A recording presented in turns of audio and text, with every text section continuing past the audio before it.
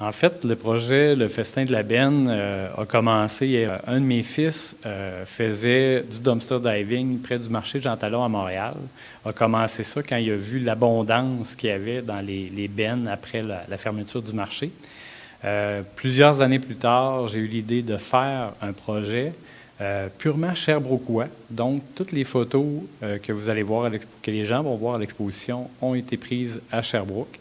Et on y voit, dans le fond, des gens qui s'adonnent au déchétarisme, donc fouiller dans les bennes des épiceries pour trouver de la nourriture qui est encore comestible et parfois que la date de péremption est passée. En fait, souvent, c'est ça qui est un des problèmes, mais que la nourriture est encore tout à fait comestible.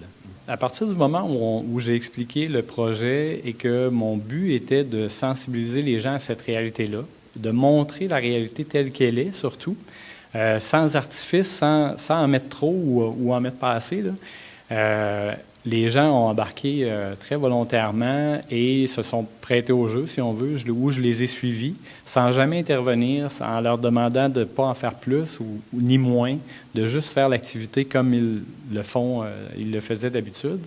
La plupart sont aussi des activistes environnementaux, donc ont intérêt à faire connaître cette problématique-là, parce que pour eux, ils en bénéficient en ayant de la nourriture gratuite, mais pour eux, c'est une problématique. C'est un symptôme d'un système, on va le dire, capitaliste, qui a des dérapages, on peut le dire comme ça, là.